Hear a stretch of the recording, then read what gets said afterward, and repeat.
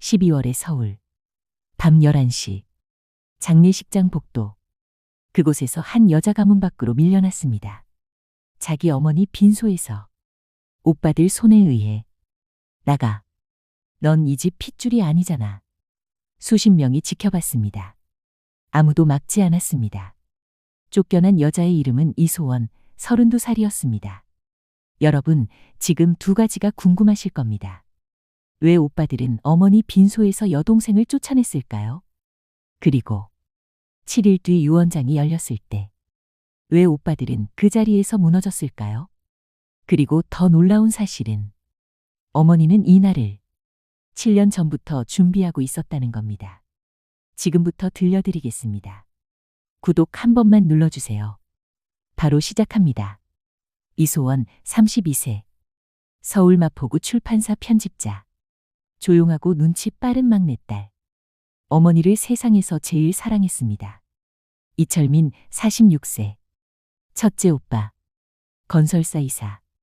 점잖아 보이지만 속이 빠릅니다. 어머니 재산을 이미 자기 것으로 계산해뒀습니다. 이성민 42세. 둘째 오빠. 자영업자. 철민 말이라면 무조건 따릅니다.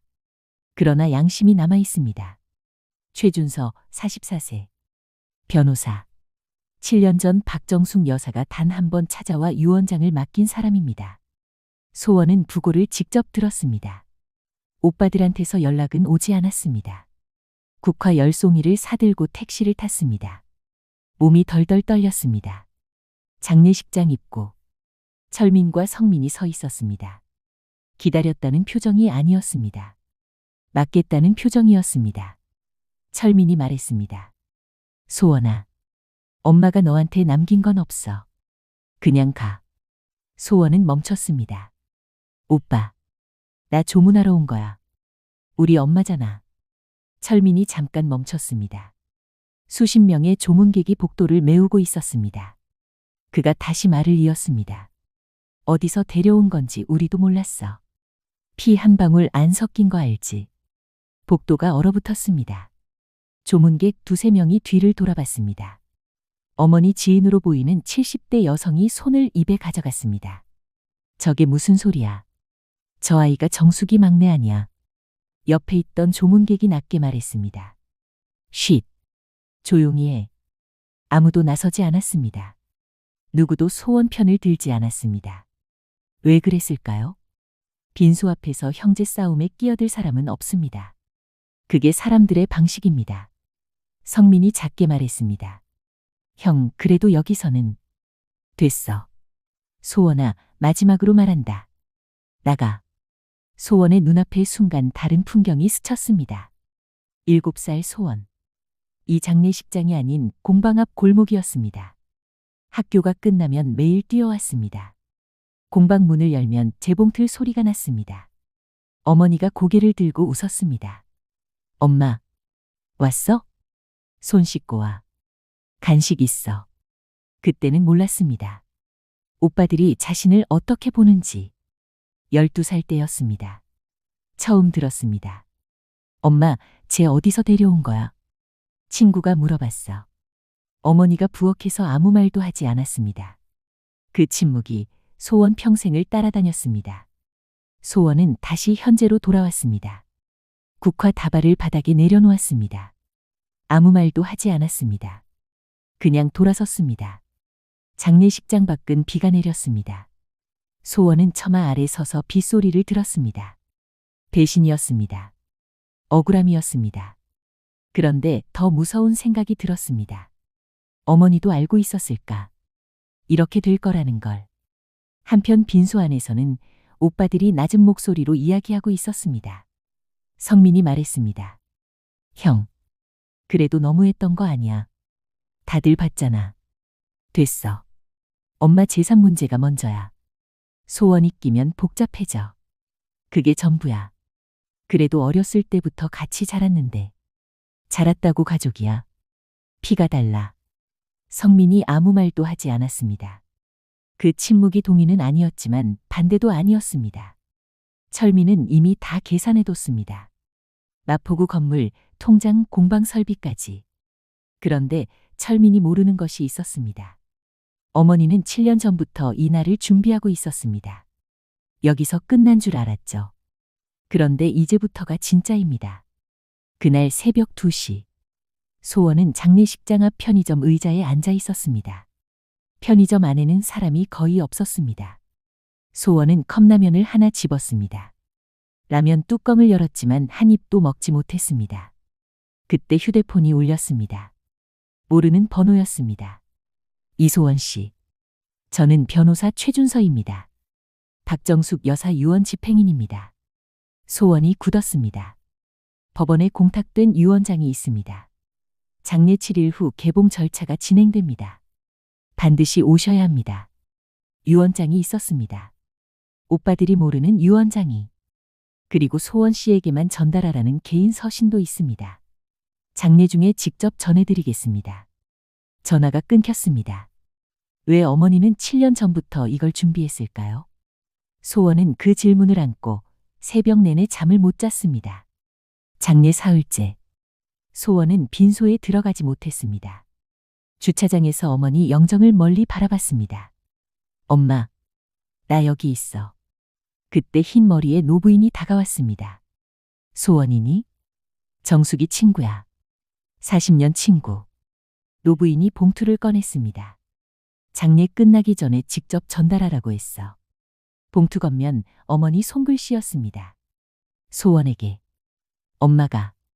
소원은 주차장 구석에서 봉투를 열었습니다. 편지는 3장.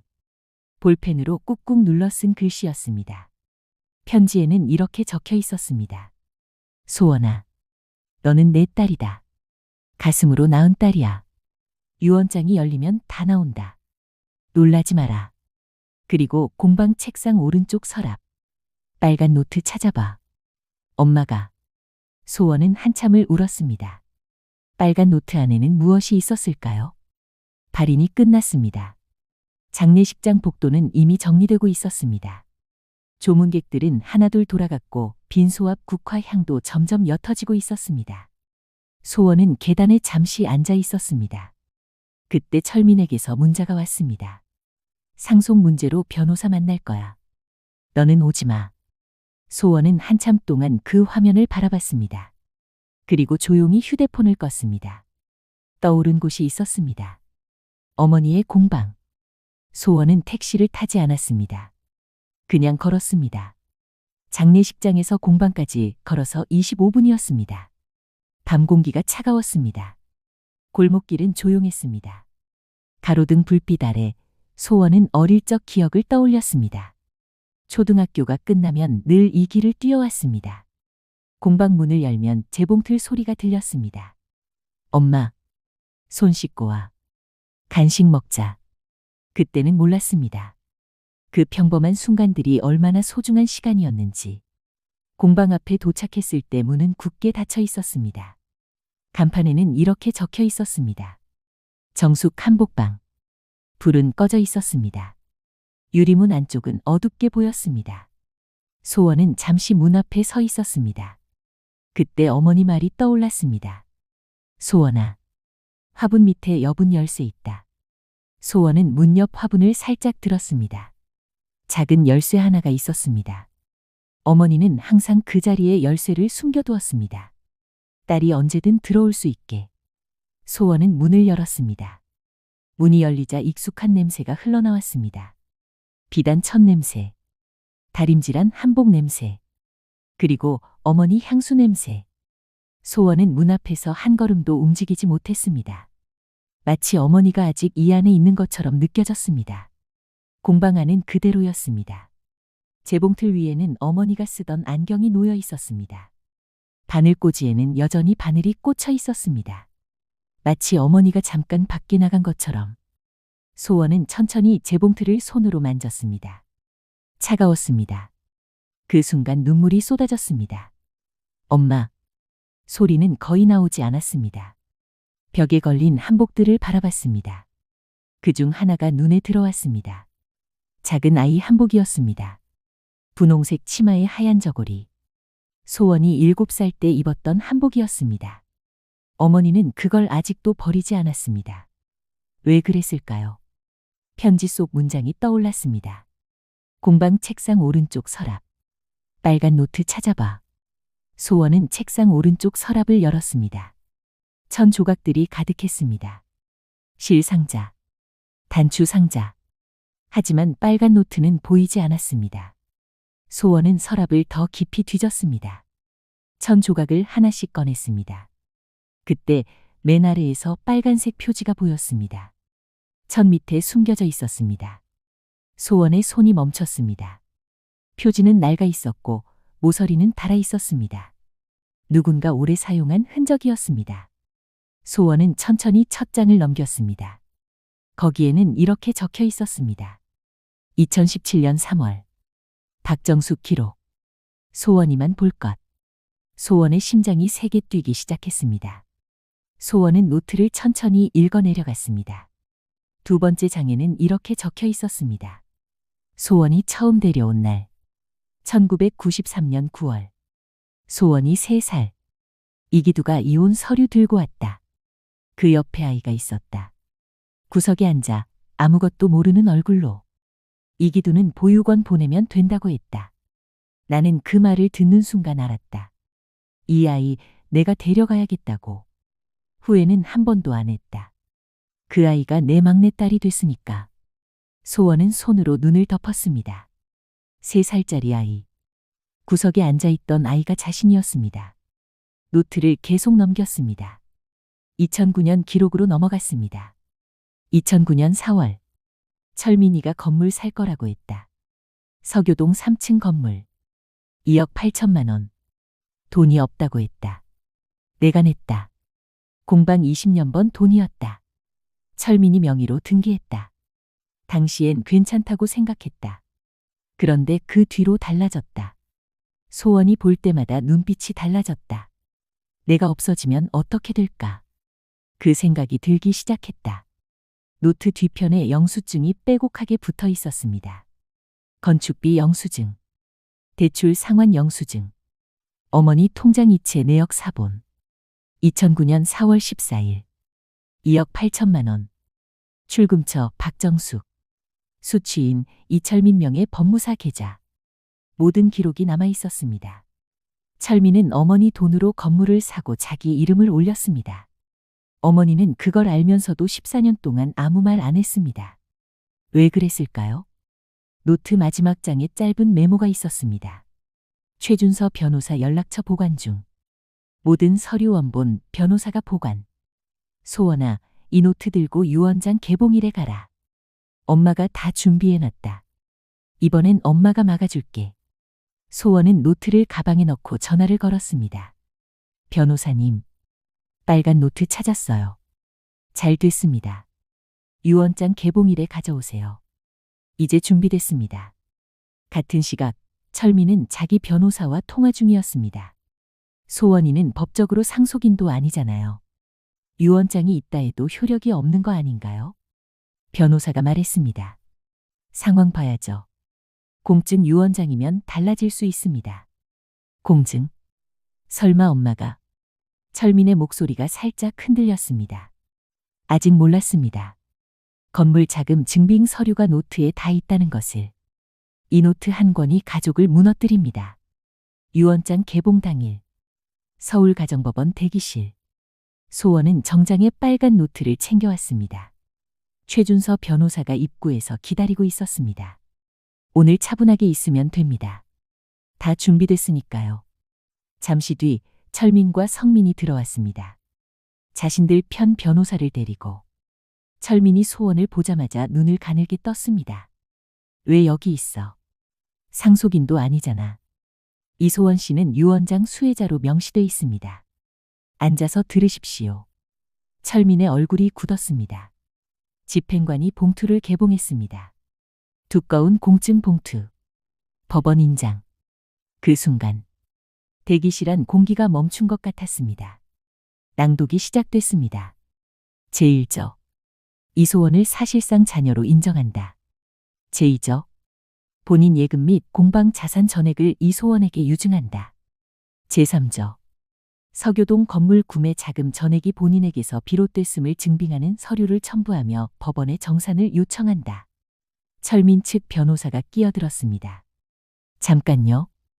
이소원 씨는 법적 입양 기록이 없습니다. 가족관계증명서상 박정숙 여사의 자녀로 등재되지 않았습니다. 따라서 유언장 제1조는 법적 효력이 없습니다. 최준서 변호사가 말했습니다. 그 부분은 예상했습니다. 철민 측 변호사가 말을 이었습니다. 그러면 이 유언장 자체가 집행관님, 서류가 있습니다. 봉투에서 서류가 추가로 나왔습니다. 이기두 씨 생전인지 서류입니다. 공증 완료 원본입니다. 이소원 씨는 이기두 씨의 법적 자녀입니다. 이철민, 이성민 씨와 동등한 상속권을 보유합니다. 대기실이 조용해졌습니다. 철민 측 변호사가 서류를 들여다보며 말했습니다. 이게 언제 작성된 거지? 이기두 씨가 돌아가시기 2달 전입니다. 아버지가 직접? 이기두 씨가 먼저 저를 찾아오셨습니다. 아무도 시키지 않았습니다. 철민 측 변호사가 다시 반박했습니다. 그래도 서교동 건물은 이철민 씨 명의입니다. 명의자가 실소유자입니다. 최준서 변호사가 말했습니다. 그 부분도 준비됐습니다. 소원이 가방에서 빨간 노트를 꺼냈습니다. 2009년 4월 건물 구매 당시 자금 이체 내역입니다. 출금처 박정숙, 수취인 이철민 명의 계좌 금액 2억 8천만 원. 원본 영수증 및 통장 사본 첨부. 집행관이 서류를 받아들었습니다. 철민 측 변호사가 말했습니다. 잠깐, 이건 증여로 볼 수도 있습니다. 증여라면 박정숙 여사의 자필 기록이 있습니다. 대여로 명시했습니다. 사인이 있습니다. 2009년 당시 기록입니다. 철민 측 변호사가 아무 말도 못했습니다. 성민이 조용히 말했습니다. 형, 이거 엄마가 다 써뒀어. 14년 전부터. 철민이 처음으로 아무 말도 하지 못했습니다. 최준서 변호사가 말했습니다. 집행관님, 유언장 마지막 장이 남았습니다. 집행관이 마지막 장을 펼쳤습니다. 추신, 소원아. 소원이는 처음부터 이 집 딸이었어. 엄마가. 낭독이 끝났습니다. 성민이 의자에 주저앉았습니다. 형, 우리가 잘못한 거야. 그냥 합의하자. 야, 지금. 말이 끊겼습니다. 무너졌습니다. 말이 아니라 서류에 의해. 지금부터는 말이 아니라 서류로 무너집니다. 6개월 뒤. 서교동 건물 자금 분쟁이 마무리됐습니다. 증거가 너무 명확했습니다. 소원은 어머니가 된 자금 상당액을 돌려받았습니다. 성민이 문자를 보냈습니다. 소원아, 장례식장에서 그러면 안 됐는데. 미안해. 소원은 한참 뒤에 답장을 보냈습니다. 알았어, 오빠. 그게 전부였습니다. 철민은 끝까지 사과하지 않았습니다. 그러나 더 이상 연락도 하지 않았습니다. 그것이 그의 방식의 수긍이었을 겁니다. 7년이 걸렸습니다. 그러나 진실은 반드시 열립니다. 소원은 어머니 공방문에 새 간판을 달았습니다. 정숙 한복방 2대 소원. 손님들이 말했습니다. 어머니랑 손이 똑같네요. 소원은 들을 때마다 조용히 웃었습니다. 가슴으로 낳은 딸이라도 손끝은 닮는 모양이었습니다. 어떤 사랑은 말로 표현되지 않습니다. 하지만 반드시 전해집니다. 오늘 이야기 어떠셨나요? 여러분이라면 오빠들을 용서하시겠습니까? 댓글로 yes, 너 모르겠다 하나만 남겨주세요. 다음 이야기를 미리 알려드리겠습니다. 40년간 남편 회사를 함께 키운 아내. 남편이 새벽에 혼자 변호사를 만나고 왔습니다. 아내가 발견한 서류 한 장. 거기 적힌 이름은 자기가 아니었습니다. 다음 영상 놓치지 마세요. 구독 버튼 눌러두시면 알림 받으실 수 있습니다.